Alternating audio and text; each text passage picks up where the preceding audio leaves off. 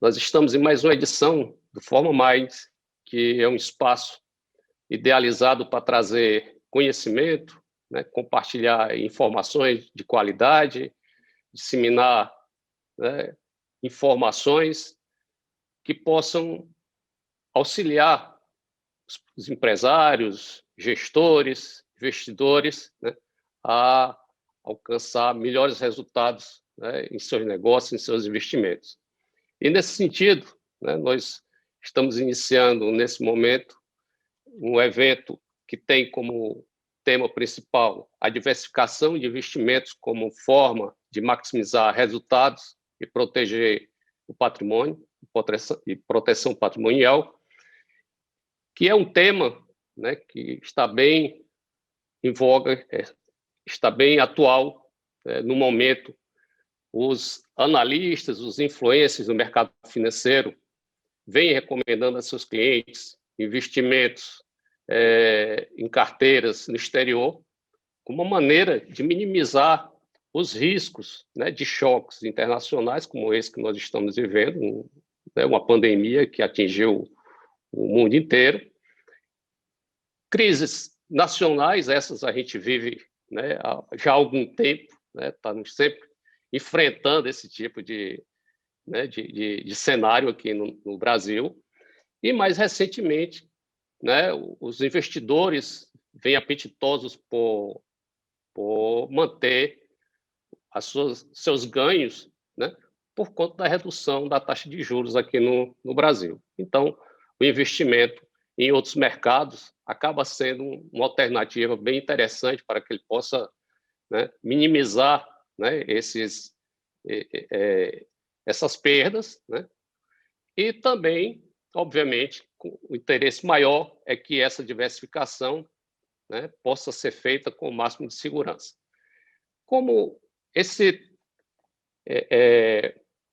mercado, né, voltado para investimentos no exterior é algo que até pouco tempo não era muito aplicado, né, por investidor brasileiro, era restrito a uma pequena fatia do mercado, ainda é um tema que traz algumas barreiras, né? Pelo próprio desconhecimento do mercado, como é que esse tipo de operação ela acontece, né? A questão tributária, né, e fiscal, que tem reflexo, acaba tendo reflexo nos dois, né, nos dois países onde esses recursos, ou nos países onde esses recursos estão sendo aplicados. Então, tudo isso, né, leva à busca e à necessidade, né, desses investidores buscarem opiniões qualificadas, com profissionais, né, que possam realmente assegurar, né, os melhores caminhos ou as melhores alternativas para que ele possa realmente fazer esses investimentos com o máximo de segurança. E para falar, né, sobre tudo isso, nós temos aqui, né, que nos atendeu com muita gentileza, o Brian Calkins, né, que é Financial Advisor e também chefe de compliance da Prox Financial, né, nos Estados Unidos, opera nos Estados Unidos. Vai falar daqui a pouco um pouquinho, não vou dar spoiler agora, deixar que ele apresente a Prox e os trabalhos, né, e os produtos que ele desenvolve e opera aí no mercado americano. Eu tenho certeza que trará para a gente aqui informações, né, importantes, informações que irá esclarecer a todos nós sobre esse ambiente, sobre esses investimentos, que certamente é bem-vindo nesse momento. Brian, muitíssimo obrigado, uma boa noite, seja bem-vindo, obrigado por nos atender o convite, né, e espero que você traga para a gente aí muita dica legal, né, e possa realmente tirar essa ansiedade dos investidores, né, de todos que estão nos assistindo, que estão certamente em busca dessas informações, né, de tudo isso aí que você está trazendo para nós nessa noite de hoje. Muito obrigado. Bom, Sérgio, primeiramente, obrigado a você pelo convite da gente retomar as conversas, a equipe forma, né? Primeiramente, eu acho que o pessoal deve estar meio confuso por que eu tenho cara de gringo, né? Nome de gringo, e falo um português claro desse. Eu cresci no interior de São Paulo, por isso também o sotaque do interior, né? Chega às vezes até a doer o ouvido. Eu sou americano, nasci aqui nos Estados Unidos, mas eu cresci em Ribeirão Preto, interior de São Paulo. Vocês têm clientes em Ribeirão Preto, Sérgio? Não, nós temos alguns em São Paulo, mas São Paulo. especificamente na cidade de Ribeirão Preto ainda não. Ainda não, exatamente. Vamos fazer essa Ainda não. ponte. E eu vim para cá em 2007 com a minha esposa trabalhar no mercado financeiro. Eu tinha, como nasci aqui, eu tinha passaporte, né? Eu vim para cá, eu queria trabalhar em finanças, eu fui direto para o coração do bicho, né? Em Wall Street, trabalhei em diversas áreas em Wall Street, desde compliance, que depois agora retomei na empresa aqui como chefe de compliance, trabalhei como analista, sabe, esses relatórios de compra e vende, o preço-alvo das ações. Também trabalhei na área de relação com investidores, que é uma área de comunicação de empresas latino-americanas listadas na Bolsa aqui, até chegar em 2017, juntamente com o meu cofundador aqui na Proxy, e a gente estava conversando assim, olha, por que isso aqui, que é o beabá do mercado americano, de planejamento financeiro, de algumas disciplinas, algumas áreas, alguns silos de conhecimento, são virtualmente desconhecidos em lugares como o Brasil, onde eu cresci, estudei, e conheço muito bem a cultura, conheço muito bem o sistema financeiro, né? Então, foi baseado nisso que nós decidimos fundar a Proxy, né? E trazer essa oferta de serviços financeiros de modo simples, prático e com mínimos, aliás, sem mínimos, para o Brasil. O que significa isso, né? E o que isso tem a ver com maximização de resultados e proteção patrimonial? Então, falamos um pouquinho de mim, e vamos entrar. E a parte, assim, a colaboração com a forma, gente, é essencial, porque, assim, ninguém deixa de fazer algum investimento por causa do efeito tributário, né? Se você vai fazer um investimento e vai ter lucro e tem que deixar parte do lucro para a Receita, para o Leão ou para o Tio Sam aqui nos Estados Unidos, é parte do jogo. Isso é parte da vida, né? Mas há maneiras de você deixar isso mais brando. Se você usar uma equipe boa, uma equipe experiente, como a equipe da Forma, você não só tem esse lucro e tem esse lucro em dólar, mas também vai poder otimizar a sua estratégia tributária ao longo da sua vida para a proteção patrimonial. Esse é o intuito do que a gente está falando aqui. Então, eu fiz uma pequena apresentação, estamos gravando, tá? Esse webinar, essa espécie de webinar, mais um bate-papo, né, Sérgio? A gente quer Isso. manter isso aqui bem light, bem dinâmico. Aqueles que tiverem dúvidas, pode usar as opções aí do Zoom, a função chat, para escrever com a gente aqui, ou a função, deixa eu abrir o chat aqui enquanto estou falando, para eu não perder a conversa, ou a função Q&A, o Question and Answer, e aí a gente toca as dúvidas aí, respondemos ao vivo e a cores, beleza? Bom, a palestra hoje, vamos falar de diversificação de investimentos. Primeira coisa que a gente deve se ater quando a gente fala disso é com quem estamos trabalhando, né?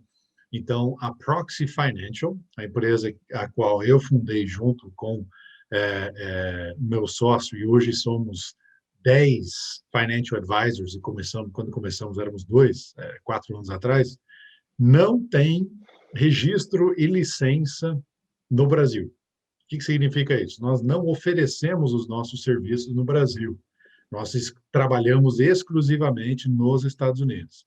Praticamente, o que significa isso? Se a gente pisar na bola e um cliente precisar de um órgão regulador para fazer uma reclamação, para entrar, fazer um procedimento legal ou jurídico, vai fazer aqui nos Estados Unidos, ok?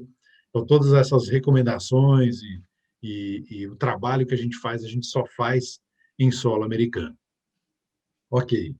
Um, os passos que nós vamos conversar sobre a internacionalização de patrimônio, do como fazer, né? E do porquê fazer. Isso a gente pode, já vamos dar uma. Por isso o PowerPoint, tá, gente? Não é para assustar nem dar uma aula, não. É só para podermos seguir uma sequência de raciocínio e depois abrir para perguntas, tá?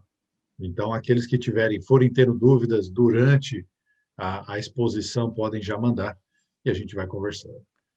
O que é a empresa, a Proxy? O que ela faz, né?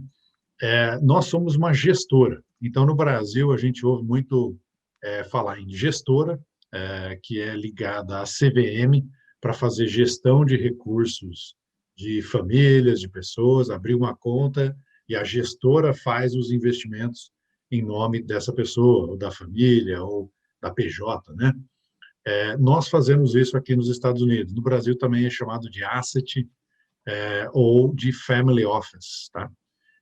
Nós fazemos tudo isso e mais. Por quê? Porque aqui nos Estados Unidos a licença e o registro que a gente tem com a SEC, que é a CVM americana, logo no próximo slide eu vou falar um pouquinho mais disso, nos permite fazer gestão. Então, o cliente abre uma conta em seu nome, com o seu CPF, sentado no sofá aí em Fortaleza, em qualquer lugar que você estiver, em São Paulo, em qualquer lugar que você estiver no Brasil, você consegue abrir uma conta nos Estados Unidos, mandar dinheiro para a sua conta, jamais mande para terceiros, tá, gente? Um parênteses aí. Qualquer pessoa que venha para vocês e fala assim, olha, manda dinheiro para os Estados Unidos, manda dinheiro para minha conta, é fraude, tá? Não existe dinheiro que entra na conta de outra pessoa, tá? Ok. Você vai abrir uma conta em seu nome ou no nome da sua offshore, ou da sua holding patrimonial, vai mandar o dinheiro ali para dentro e nós vamos mexer nesse dinheiro para alcançar o seu objetivo e dentro do seu perfil. Então, vamos lá, mandou 10 mil, 50 mil, 100 mil dólares, chegou na conta aqui em seu nome, ou no nome da holding, no nome da família, qualquer que seja a trajetória, e nós ajudamos com isso também. Dentro dessa conta de investimentos, nós vamos alocar. Então, agora vamos investir em mercados emergentes, agora vamos investir em tecnologia ou em renda fixa, né? Essa ideia, essa ideia de que renda fixa no Brasil é 1% ao mês, isso, por favor, né, gente? Isso aí já caiu faz tempo, né? Faz tempo que nada rende no Brasil 1% ao mês. Bom, nada não. Renda fixa não rende 1% ao mês do Brasil. Está na casa hoje a Selic, que é a taxa base do Brasil, rende 2% ao ano. E aqui nos Estados Unidos não é diferente, tá? A renda fixa americana, do governo americano, rende pouco. Mas temos aqui nos Estados Unidos todas as rendas fixas praticamente do mundo transitam pelo mercado americano de alguma forma, ok? Então isso nos permite criar carteiras customizadas para atender qualquer necessidade que o nosso cliente tenha, tá? Então é uma oferta muito diferente. A Proxy, então vocês vendem fundos? Negativo. Nós criamos carteiras customizadas do zero para cada cliente. Okay. Também trabalhamos com planejamento, né? Então, essa estruturação patrimonial, criar uma offshore, colocar dinheiro, colocar bens dentro da offshore para separar, para tirar da jurisdição Brasil. Também trabalhamos com vistos de imigração para os Estados Unidos através de investimento, por exemplo, ou o que chamamos também de private equity. O que significa essas palavras chiques, né? Private equity é um FIP, um fundo de investimento privado, tá? E nós somos o gestor desse FIP para poder alcançar os objetivos dos investidores, né? Ou da família, ou o que quer que seja a estrutura que a gente está fazendo isso. Aqui o mercado americano ele é muito democrático, tá, gente? Ele tem mais de 50 mil opções de investimento com alta liquidez disponíveis para todos. Então, você fala assim, olha, não, mas o meu dinheiro está no Credit Suisse, o meu dinheiro está no UBS ou no Goldman Sachs, por que eu vou trabalhar com a Proxy? Todos, todos os participantes do mercado nos Estados Unidos têm acesso a tudo. Então, não há nada que algum banco, alguma instituição financeira mostre para o seu cliente que a gente não tenha acesso. Okay? Um pouquinho da equipe aí, eu e o Christopher, que a gente chama de CJ, Christopher James, o apelido dele é CJ, fundamos a empresa em 2017, mas os dois aí com agora, né, esses dados aí são velhos, nós estamos com 15 anos de carreira. O Mark também tem 15 anos de estrada em Wall Street, e daí vem para somar aí com a equipe Brasil, focada aí, fala português, que entendem a cultura, entendem o que realmente é o medo e o anseio do cliente, o Mário, o Túlio e outros participantes mais da equipe Brasil. Tudo isso, de novo, nós fazemos o atendimento aqui dos Estados Unidos de maneira virtual, ajudamos você a movimentar dinheiro ou família, né? Se for fazer o caso aí da imigração, para alcançar os objetivos do patrimônio. Então, em termos de compliance, né? Em termos de seguimento das regras, é seguro investir internacionalmente? Se você está investindo num sistema que protege o investidor, sim, né? Nós aqui nos Estados Unidos trabalhamos debaixo de 3 órgãos reguladores. A SEC, que é a CVM americana, ok? Debaixo da FINRA e também debaixo do Departamento de Serviços Financeiros do Estado da Flórida. Esses órgãos reguladores, eles nos auditam para ter certeza de que nós estamos recomendando coisas para o cliente, o investimento que nós oferecemos para o cliente faz sentido com o objetivo do cliente e o perfil do cliente. É muito simples, gente. Eu vou ficar voltando nisso, porque eu conheço, de novo, eu conheço o Brasil, cresci no Brasil, eu sei que no Brasil a gente chega, assim, o script padrão é uma pessoa entrar no banco, falar, ó, estou com esse dinheiro, quanto é que rende, quanto é que está rendendo um fundo, uma renda fixa, né? Aqui a conversa é invertida. Para que você quer que esse dinheiro faça? O que você quer que esse dinheiro faça? Para que é o dinheiro? É para crescer? É para diversificar? Para o seu filho, sua filha estudar daqui a X anos nos Estados Unidos? É para gerar uma renda em dólar e você poder aposentar e viajar o mundo e saber que você tem dinheiro em moeda forte? Para sua PJ, para sua empresa exportadora, deixar uma parte do dinheiro fora? Depois, sabendo esse objetivo, depois nós vamos encontrar a equipe da Proxy, vai encontrar um investimento que casa com esse objetivo. Ok? E aí temos um site público, todas as informações, todos os disclosures, né, usando a palavra em inglês aí, que nós temos que fazer e atualizar, está tudo no site aqui da SEC, quem monitora isso é a SEC, não é um site de marketing nosso. E aí, qualquer problema que investidores tenham com a Proxy, aparece ali e fica ali para sempre. Tá? Por quê? Porque as leis aqui, até aqui, ó, Investment Advisors Act of 1940, desde 1940, tá? O governo americano criou uma série de leis que obrigam o advisor a divulgar informações, a ser transparente com quem ele é e o histórico, qualquer problema que ele teve com investidores. Por quê? Porque o sistema aqui entendeu que a conversa toda gira em torno de confiança. Então, eu posso mostrar uma tese de doutorado aqui para vocês sobre investimentos e como é complexo, e os algoritmos e os cálculos, mas no frigir dos ovos, vocês vão confiar na minha palavra de que esses cálculos são bons, ou fazem sentido, né?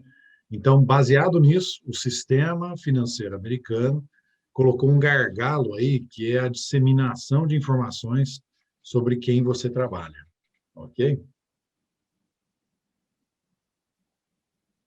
Vamos entrar num case do porquê, né? É, ok, eu ia fazer de maneira dinâmica aí, pedir para levantar a mão, mandar no chat aí, mas não vamos perder tempo com isso, não. Vou só explicar o case aqui e quaisquer dúvidas, de novo, é só mandar no chat ou no QIA, Question and Answer, e a gente vai conversando, tá, gente? O que vocês acham que vai acontecer com o real nos próximos 25 anos? Ok? Não é uma pergunta retórica, não tenho a resposta para essa pergunta, tá? Mas um parceiro nosso, grande, Denis Coelho, ele é consultor CVM em São Paulo, ele fez um estudo e nos deu a gentileza aqui de mostrar para vocês hoje.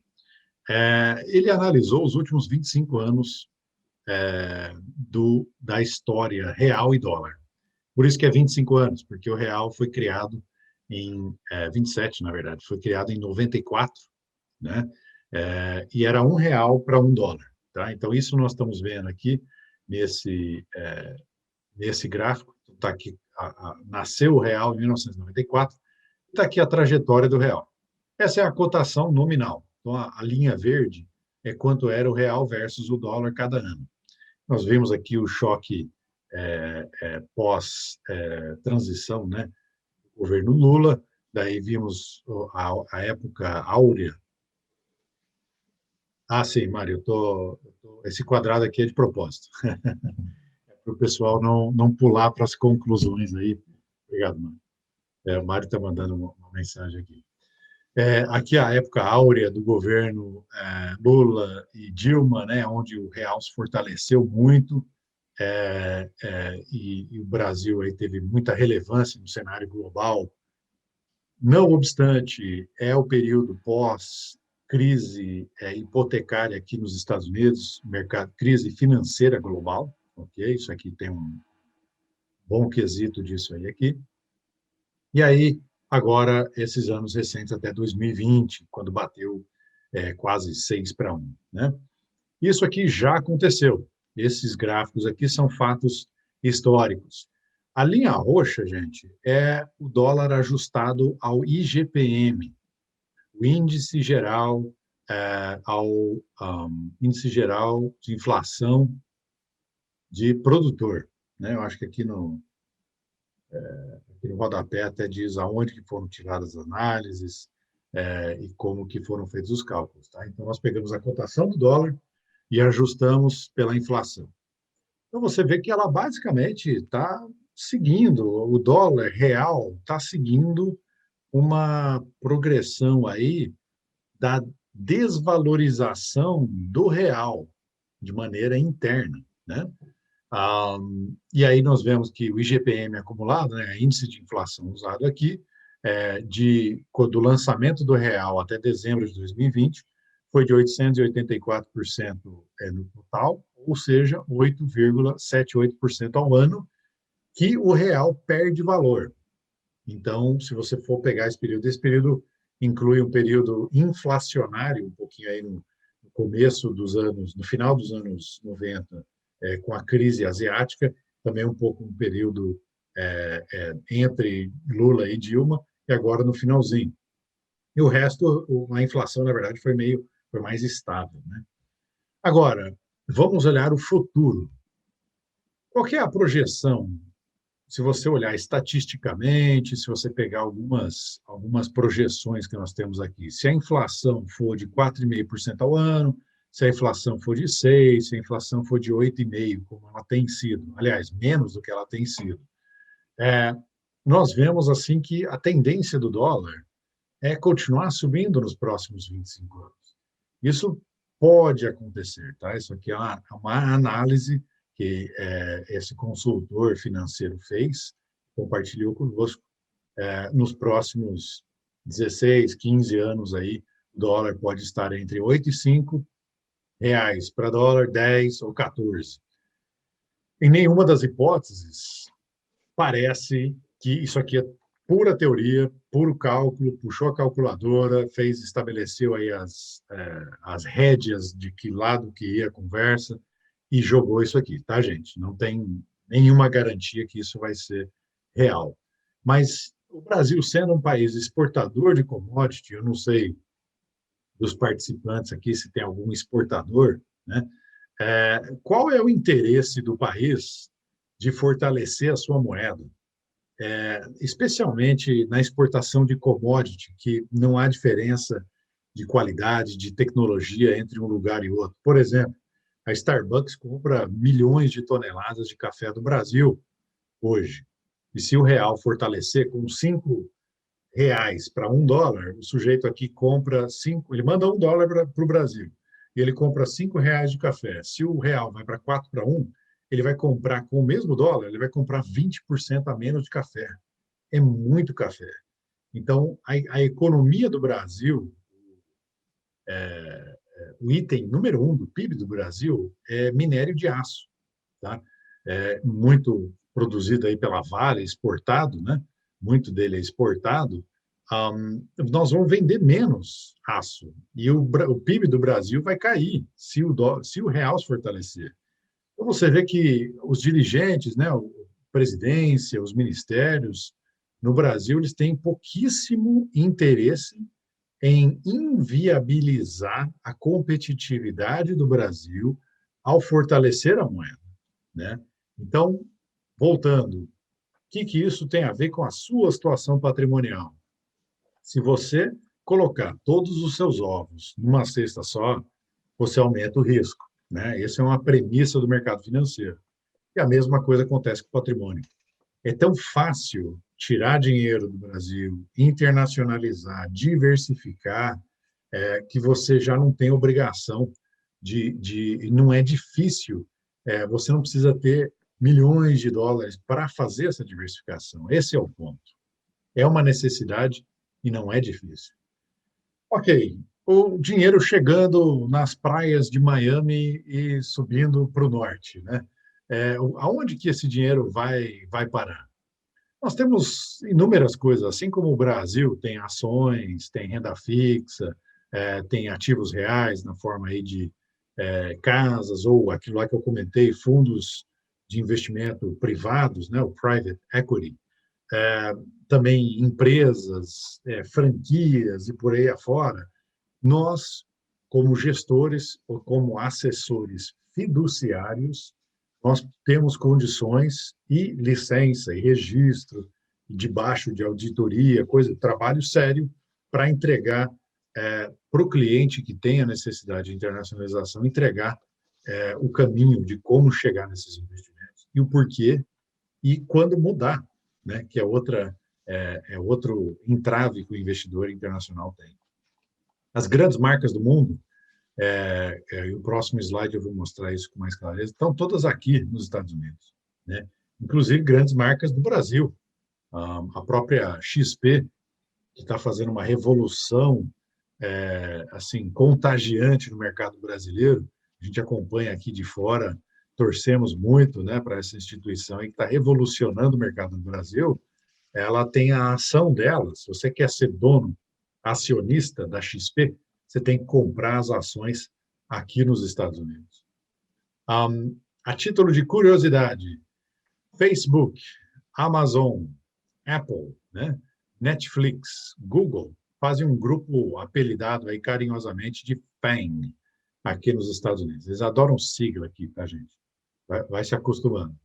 E juntando também a Microsoft, ok? Esses dados são do final do ano passado, ainda não atualizamos para esse ano.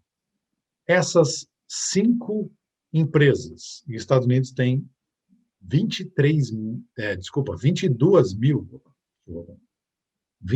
mil ações na Bolsa. A Bolsa brasileira, comparando, né, alhos com alhos, né, maçã com maçã, a Bolsa brasileira tem 400 ações listadas. Tá? Essas 5 ações somente são maiores do que a Bolsa inteira da China.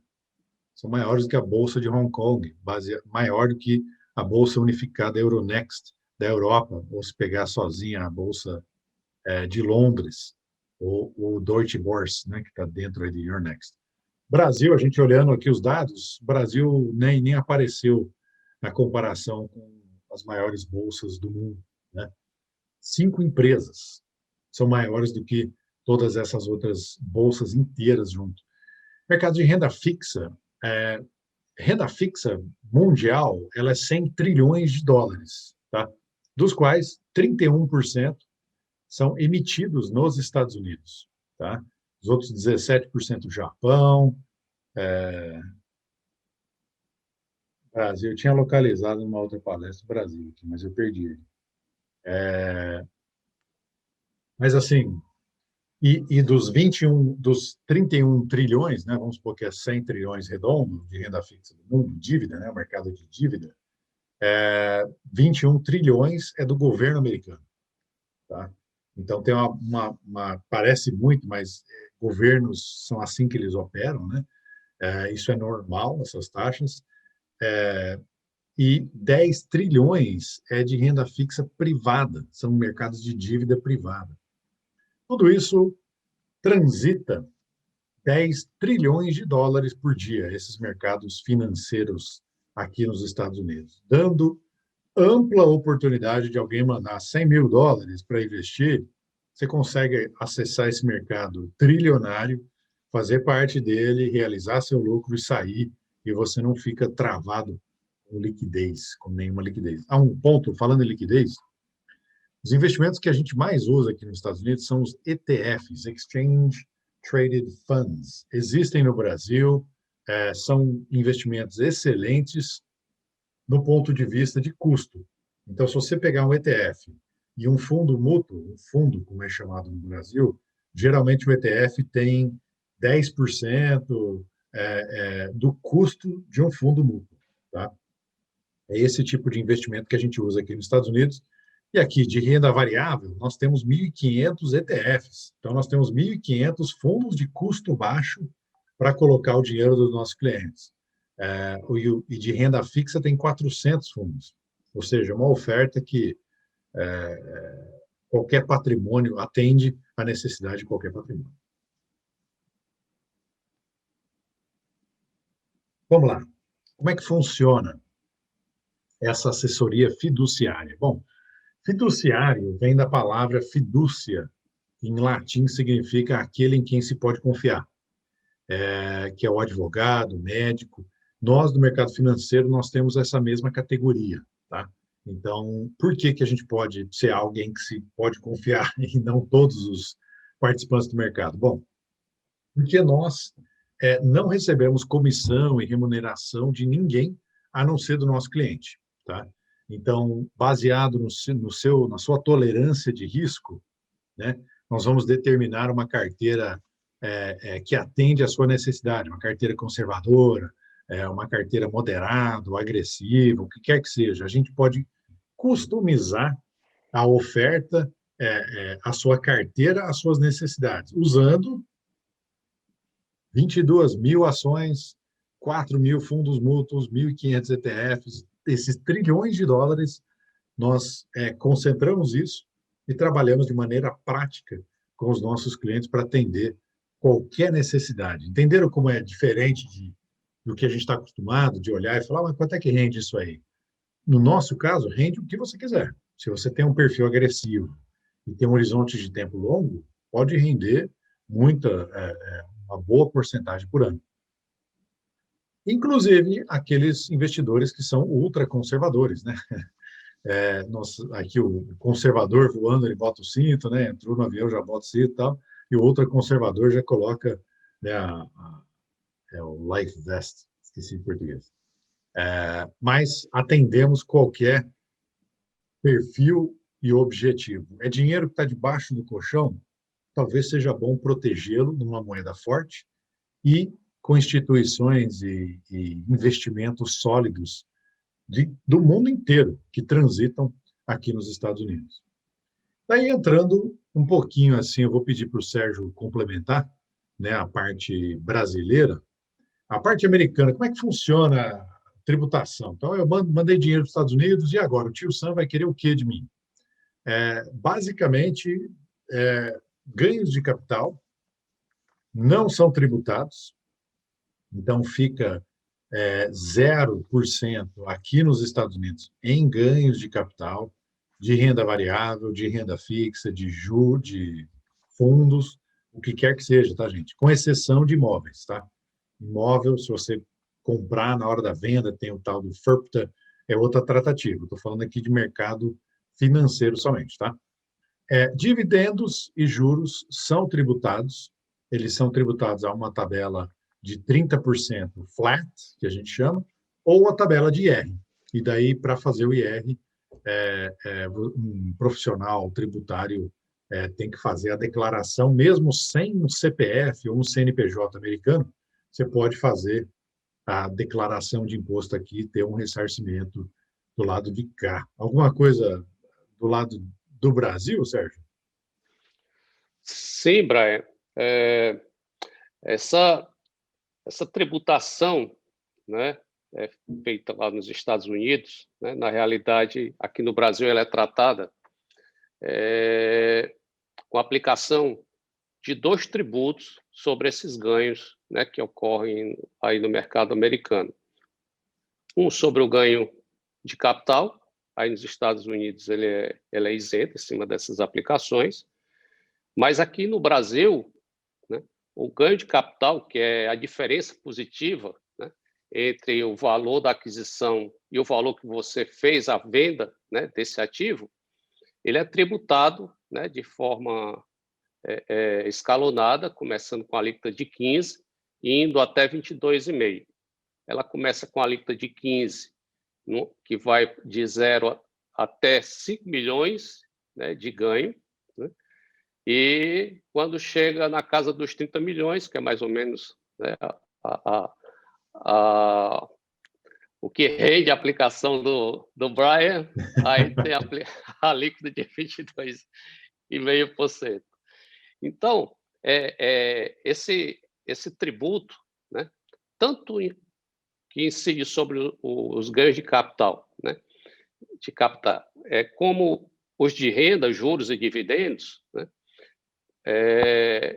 diferentemente do que muita gente, né, pensa de forma equivocada, ela é tributada no Brasil, sim, né, mesmo que esse dinheiro, que esse recurso não tenha sido repatriado, né? O Brasil ele tem uma tributação em cima desses ganhos de forma global, né? Ou seja, qualquer renda, qualquer ganho que ocorra, né, em qualquer país País, né? onde esse Sim. recurso esteja aplicado, ele vai sofrer, sim, tributação.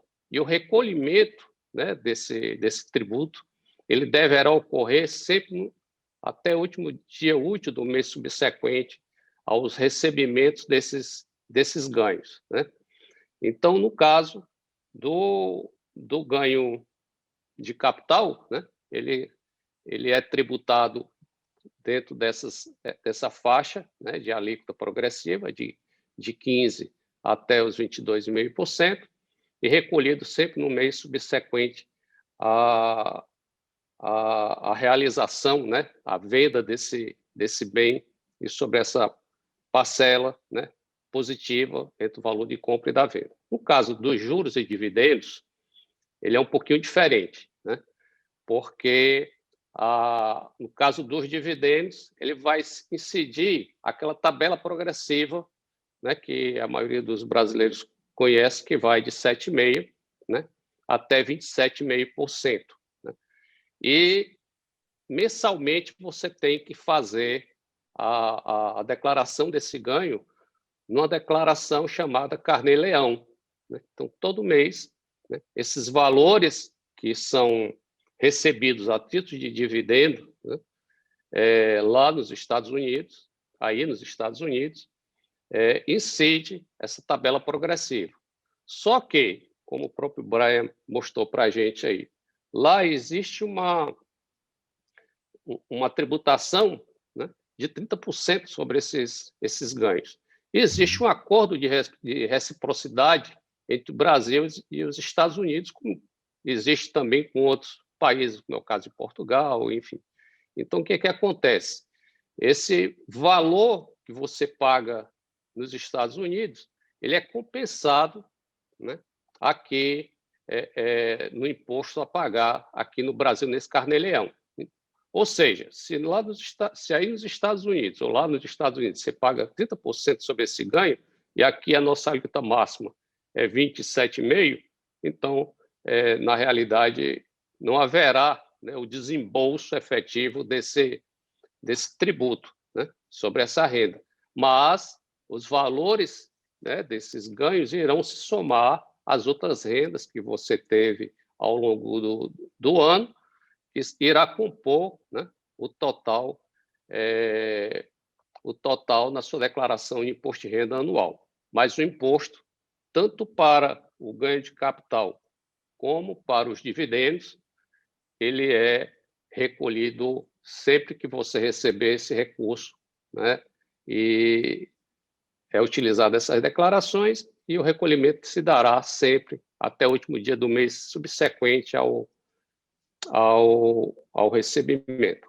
Outro detalhe, né? No caso do ganho, você tem, no caso do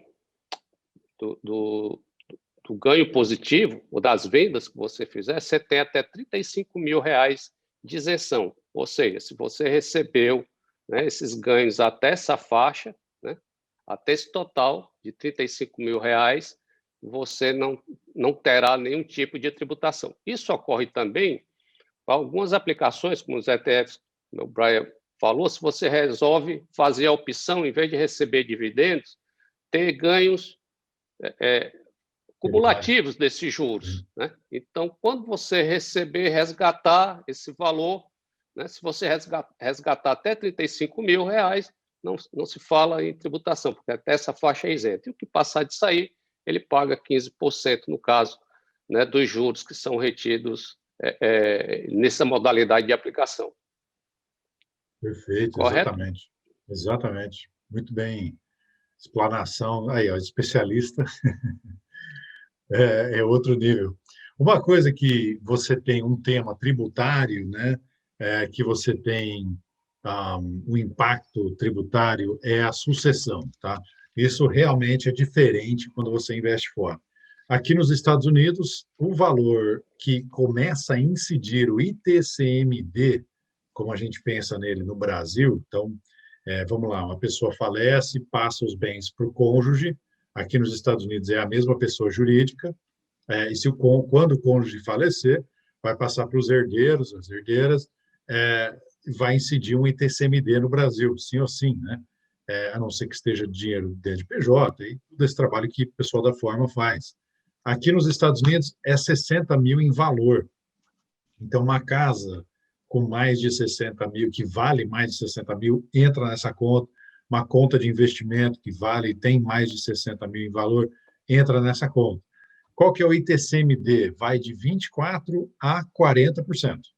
Então, são valores muito expressivos se você não trabalhar com um profissional que sabe o que está fazendo, sabe como recomendar as estratégias para você, para sua família.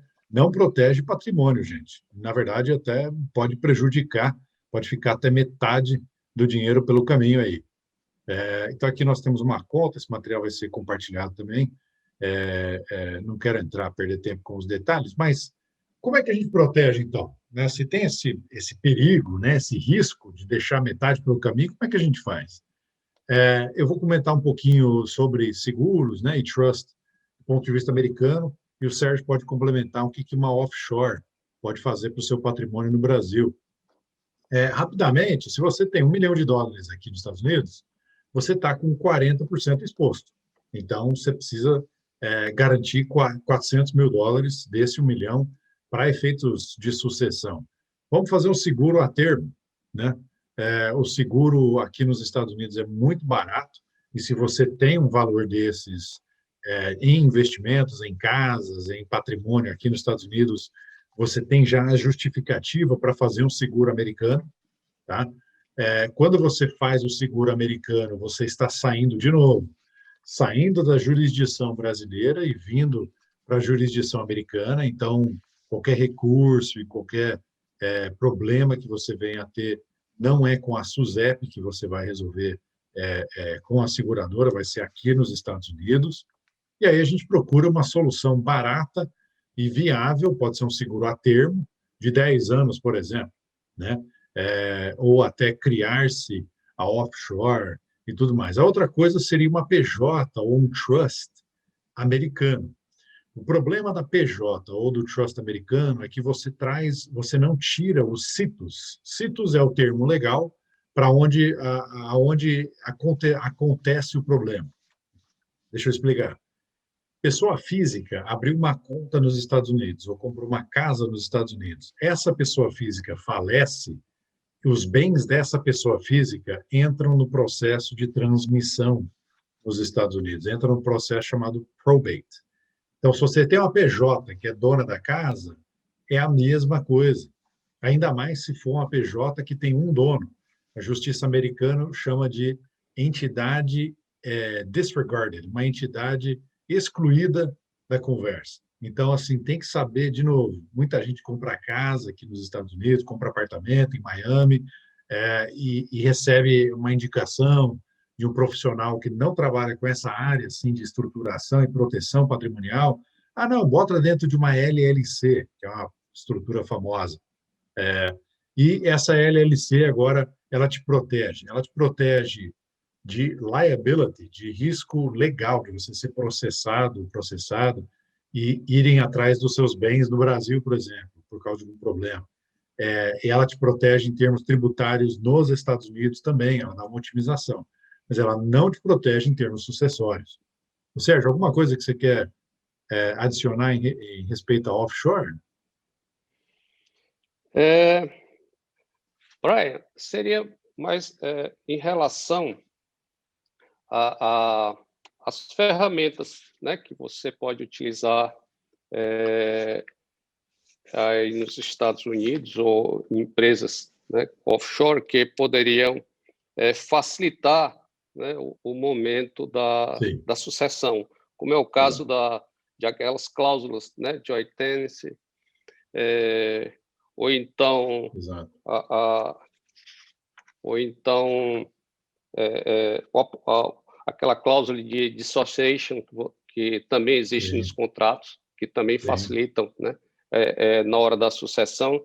Mas em relação às offshores, a grande vantagem, né, é que como esses paraísos fiscais eles não tributam, né, os ganhos, né, e nem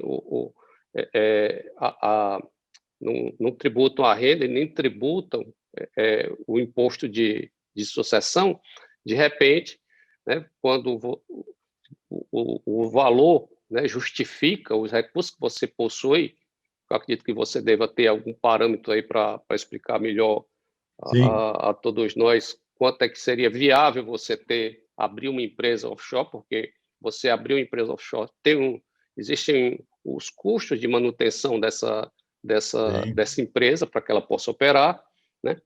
Mas certamente, como quem está investindo nos Estados Unidos, né, é a empresa, né, e sobre a empresa não teria a tributação sobre correto. a sucessão, sem dúvida, é um senhor benefício em termos de Sim, economia tributária. Agora, exato. esse processo de sucessão, né, eu acho que é interessante a gente colocar esse detalhe, ele segue um rito, né, que começa aqui no Brasil, quando o investidor, né, falece, né, ele segue todo aquele rito em relação à questão do inventário, né, até chegar no formal de partilha, que é feito, né, em juízo. Depois você tem que fazer uma tradução, né, juramentada de toda essa documentação para que ela vá para uma instância jurídica aí nos Estados Unidos, né? E a partir daí você encaminha, né, essa documentação para os bancos, né, onde estão a custódia desses recursos, ou os escritórios, a sede de registro, né, quando se trata de empresas. E nesse momento, né, tem aí, obviamente, você tem que contar com alguns profissionais para fazer todo esse trabalho. No caso aí de fazer apresentação, né, desse inventário, né, ou desse formal de partilha feito aqui, tem que ser feito por um advogado aí nos Estados Unidos também, né, para que ele apresente essa documentação também em juízo, né, aí nos Estados Unidos, e depois disso, paralelamente, né, tem a questão também do imposto de herança que tem que ser recolhido, que corre paralelo, né? Pelo que eu estive verificando na legislação americana, você tem até 9 meses, né, do falecimento do investidor para que você apresente aquela declaração, o State Tax, né, Return, para que seja calculado, apurado os valores a serem recolhidos do imposto de herança aí nos Estados Unidos, né? Então, quando os investimentos têm algumas ferramentas que facilitam esse processo sucessório, como é o caso do joint tenants, que você praticamente mantém todos os sócios com os 100% da participação em cima das cotas, talvez você possa explicar um pouquinho melhor. Na hora que você vai fazer a transição, é muito mais fácil, né, de operar. Isso se faz num período de tempo muito menor e não há solução de continuidade na operação e na facilitação dessa transação. Sim, inclusive ajudamos o cliente a fazer isso também. Não só somos especialistas em investimentos, qual investimento, análise de mercados e toda aquela parte assim, mas também dessa trajetória, né? Isso. E quando os investimentos, né, como eu falei anteriormente, justificam você abrir um offshore, né, você tem esse ganho aí, né, de toda essa tributação, que é em torno de 40%, né, varia de 18% a 40%, né, do tributo federal, e em alguns estados ainda tem a tributação, né, estadual, que torna ainda mais pesado essa tributação. Sim, tirando os CITOS, então, se a PJ, que é dona da conta de investimento, vamos lá, vamos botar assim, um caso bem prático, né? E também está aqui os valores, né? Isso aqui são parceiros que a gente trabalha aqui, nós não abrimos a conta em Caimã, BVI, essas offshore, mas conhecemos profissionais aqui, tenho certeza que a Forma também tem profissionais que podem recomendar para abrir essa offshore. Então, vamos pôr aqui $2.000, de maneira bem simples. Vamos abrir uma offshore, abre uma PJ em BVI, custa $2.000 por ano. O cliente vai abrir depois uma conta aqui nos Estados Unidos em nome dessa PJ, então é a PJ que está investindo, e os $100.000, que seja, 200 mil, saem do Brasil e vêm direto para os Estados Unidos como contribuição capital dos sócios, ok? Agora o dinheiro está nos Estados Unidos, quem é dono é uma PJ no Caribe, e os donos, os beneficial owners, né, os beneficiários dessa PJ estão no Brasil. Se vier a falecer, é uma sucessão dentro da empresa, né, debaixo da lei do Brasil, que é residente brasileiro. No Caribe, tem a substituição de diretor, né, e nos Estados Unidos, nada acontece. Tá? Por isso que você retirando os CITOS, né, você tira o problema legal daqui dos Estados Unidos. E custa entre 1.000, temos algumas outras soluções aí mais baratas, mas depende realmente do propósito, tá, gente? Então, se vai mandar 50 mil, vai mandar 100 mil e é só isso, talvez não valha a pena você onerar 2.000, 2.500, 2,5% ao ano só de custo de PJ, sendo que ele está tão perto do limite inferior que é isento, que é os 60 mil.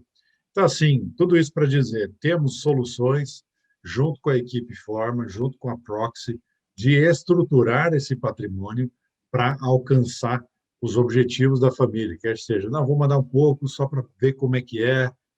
Também a gente, como é advisor, a palavra advisor eu gosto de traduzir como conselheiro aqui nos Estados Unidos. Então, se conselho fosse bom, né, Sérgio? A gente cobrava. Ah, E nós, no nosso ramo, né? Vocês no de vocês oh, e nós no nosso, a gente cobra. Porque o conselho é mais do que só um conselho, é uma estratégia. E é isso, eu abro para perguntas no chat, no QIA. Estaremos disponibilizando essa conversa também no vídeo. Aqueles que querem ver algum detalhe ou alguma coisa mais fina aí.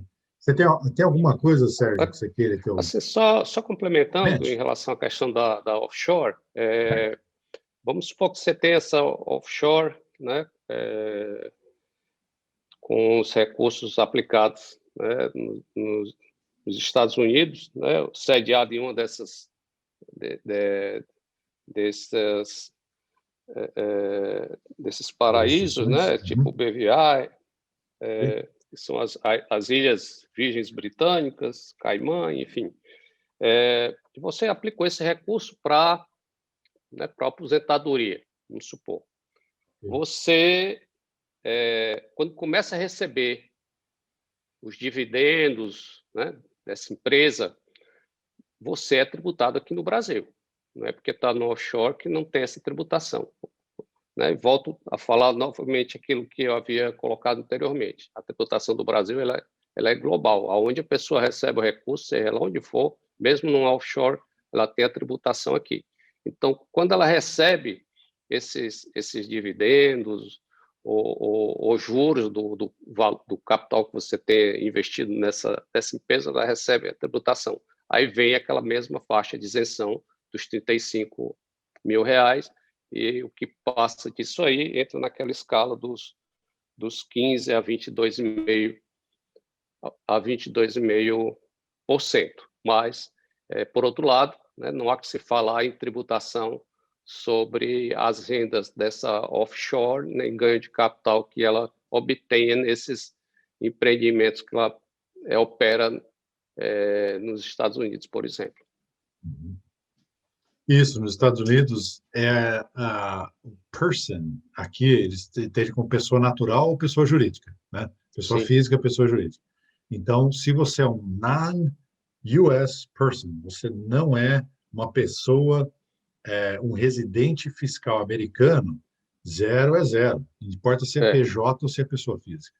Então, a isso. offshore mantém essa tratativa interessante para os Estados Unidos e ela funciona como entreposto entre Estados Unidos e Brasil, em termos sucessórios, né? E vai além, né? Justamente isso que é o ponto que eu quero ressaltar, que quando os nossos clientes começam a trabalhar com sua equipe tributária no Brasil, fala assim, olha, mas e esse dinheiro? E essa parte da empresa tem bens geradores de renda no Brasil que não convém colocar dentro de uma offshore.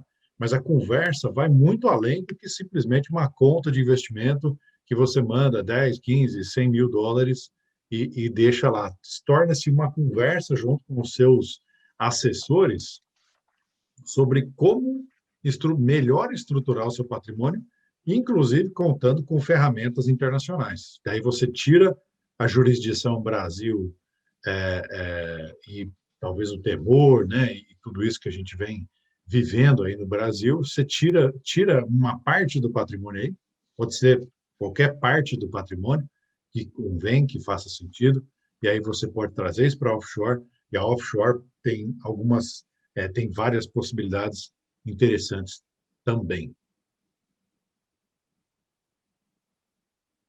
Excelente. Ótimo. Eu É, consigo ver as não, perguntas. esse pessoal que tiver pergunta pode mandar no QIA ou no chat. Pode fazer pergunta em nome do primo, do amigo, pode não ser a pergunta em seu nome, a gente mantém sigilo aqui. Só em termos de como é que funciona com a proxy, enquanto o pessoal vai A mandando pergunta, jornada. a jornada, né? Nós somos, de novo, conselheiros, né? A melhor tradução para o português. Então, nós não estamos aqui para vender fundos, vender conta em banco, nada disso. A mesma pegada assim que a gente vem ouvindo recentemente no Brasil de desbancarização, né, de sair do banco e trabalhar com independente no mercado financeiro, a gente tem aqui. E é um mercado que vem crescendo 10% ao ano. Então, os advisors, as pessoas que têm a mesma qualificação que eu no mercado financeiro, 10% delas por ano estão saindo de bancos e criando suas próprias estruturas, seus próprios advisors independentes. E aí a gente conversa com o cliente, vê se aquilo que o cliente precisa ou quer, ou tem em mente, a gente consegue atender.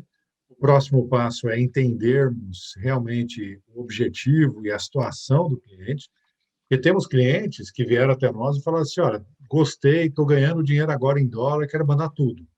Negativo. A minha recomendação é não traga tudo para os Estados Unidos. Você mora aqui? Não, então sua realidade é no Brasil. Você tem que manter uma parte do seu patrimônio aqui nos Estados Unidos. E tudo isso sai dessa reunião de coleta, né? Porque é aí que a gente vai saber o quanto ganha, quanto gasta, que é uma coisa de médico, né? Se você vai no consultório médico e fala assim, eu estou com dor de cabeça, aí o doutor pergunta, mas você tem dormido bem, você está tomando água, tem algum outro problema? Não, não, só quero falar da minha dor de cabeça. Ele vai te receitar uma aspirina. É a mesma coisa a gente. Então, se a gente não souber o porquê da internacionalização e alguns outros aspectos do quadro patrimonial, a nossa receita vai ser muito mais simplificada. Depois a gente internamente conversa sobre o quadro patrimonial do cliente, depois do questionário, sempre em comitê, então nada do que a gente faz aqui, vocês não vão ter a visão do Brian para a sua vida, vocês vão ter a visão da Proxy, que é um comitê que aí depois volta, e aí sim a gente vai falar de contrato, de como é que, e aí depois abertura de conta. Então, assim, é um processo muito suave, eu diria que é a palavra, né? E aí depois, vamos supor, olha, tá bom, abri a conta, agora quero saber como é que é para tirar o dinheiro. Lembrando que para tirar dinheiro do Brasil, você não paga imposto. Isso é uma lenda urbana que sabe Deus aonde que começou no Brasil, mas muita gente nos pergunta isso, né? Para tirar dinheiro do Brasil, eu ouvi dizer que tem que pagar 30%, 10% de imposto, um pedágio, né? Isso não existe. Se o dinheiro está no seu imposto de renda, está declarado no seu imposto, você tem o direito, você é livre no Brasil para fazer o que você quiser com os seus bens. O que pode acontecer em alguns entraves logísticos. Então, vamos lá, um banco de câmbio, ele permite, aos poucos, você ir aumentando quanto dinheiro você pode mandar para fora. Pode ser isso. Eu acho que tem um limite meio global, assim, o Banco Central do Brasil, que é 100 mil por dia. Mas, de novo, é tema logístico. Não é um tema legal, né? Você não é impedido de tirar dinheiro do Brasil a nenhum momento. E aí a gente abre uma conta aqui nos Estados Unidos em nome do cliente, você vai mandar de A para A, né? Então, do seu nome no Brasil, no banco que você usa, ou um banco de câmbio, para o seu nome nos Estados Unidos, gente, jamais em nome de terceiros, ou da sua PJ, né? E aí, esse dinheiro chega aqui, nós já vimos a abertura da conta aqui nos Estados Unidos em 24 horas, para a pessoa física, né? E o envio do dinheiro nas mesmas 24 horas. Em 24 horas, a pessoa tinha uma conta aberta nos Estados Unidos e dinheiro aqui nos Estados Unidos já sendo investido de acordo com o perfil, o objetivo dela. Depois, o dinheiro sai dos Estados Unidos e vai para uma conta no seu nome, de novo, é só de A para A, em qualquer lugar do mundo, inclusive Brasil, em termos de dias, tá? A liquidez, a disponibilidade dos ETFs que a gente usa aqui nos Estados Unidos é D+2.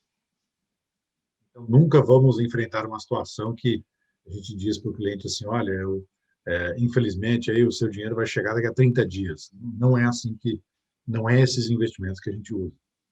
E, para finalizar aí essa parte logística, o banco que a gente usa, recomenda aqui para estrangeiros, é a Interactive Brokers, esse símbolo aqui, ela ia disponibilizar um cartão débito agora no começo do ano, pandemia, né, a desculpa perfeita aí para todos os atrasos do mundo, empurrou esse projeto um pouquinho para trás aí. Talvez esse ano ou começo do ano que vem nós vamos ter um cartão débito, tá? Um cartão débito que você acessa o seu dinheiro aqui fora. Então, em prontamente, menos de 12 meses aí, com certeza, você já vai ter acesso a esse dinheiro para comprar pão na padaria em dólar, tomar seu cafezinho em Fortaleza, em São Paulo, onde quer que seja, e usar o seu dinheiro, seus dólares, se for conveniente. Então, de novo, esse acesso para fazer e tal é muito simples. Não precisa ser trabalhado os porquês, né? Porque os comos são extremamente fáceis. E acho que vamos. O pessoal está tímido hoje, né, Sérgio? Vamos encerrando por aqui. E aqueles Ah, que tiverem dúvidas específicas, eu quero deixar muito claro que é uma conversa longa, né? Então, essa história de proteção patrimonial, de internacionalização, não é coisa do dia para a noite, né? Então, comece a conversa, vamos conversar junto com a nossa equipe aqui, com a equipe da Forma, para poder entender aquilo que faz sentido para você. E aquela coisa, basta para fazer alguma coisa na vida, você tem que dar o primeiro passo, né? verdade. Maravilha, Brian. Excelente, né, todas essas informações que você trouxe aí para a gente.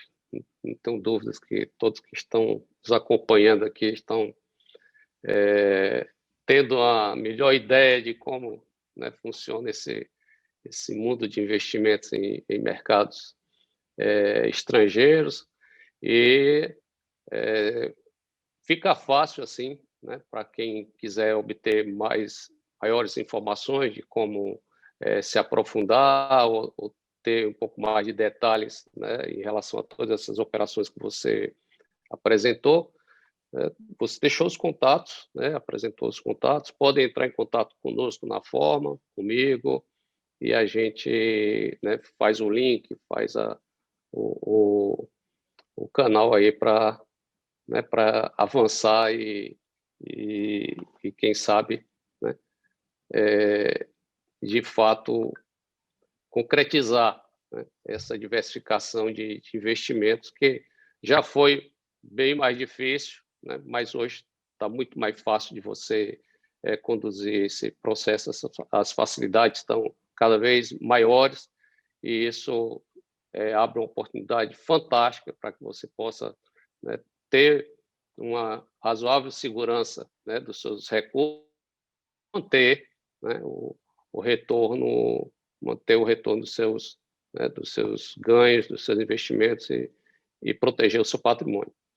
Brian, mais uma vez, muitíssimo obrigado pela disponibilidade, pela atenção, pela gentileza em nos atender esse convite, né? Gostaria de agradecer a todos que estiveram conosco nessa noite, pela participação, muito nos honra. Gostaria de tê-los nos próximos eventos, nas próximas edições do Forma Mais, que tem esse propósito, né, de trazer informação de qualidade, informações que possam ajudá-los a melhor obter resultados em seus negócios, em seus empreendimentos. Brian, deixo com você as considerações finais, por Certo, favor. obrigado, Sérgio, de novo pelo convite.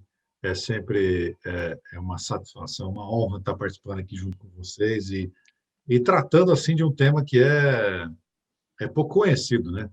É algo que no passado era para você pegar seu jatinho particular e levar uma mala de dólares aí para a Suíça, e hoje em dia, do seu sofá, você tem acesso aos mercados globais. Mas tá Verdade. bom, acesso já não é mais tema, né? E agora, o que fazer com esse dinheiro, né? E nada nos dará mais prazer aí de começar a conversa. E é apenas o começo aí de uma longa caminhada juntos, tenho certeza. E é uma satisfação. É. Obrigado a todos pela audiência e estaremos aqui prontos para a próxima. Forte abraço. Obrigado, Sérgio. Obrigado, Brian. Boa noite a Obrigado a todos. todos. Uma boa noite, um bom descanso.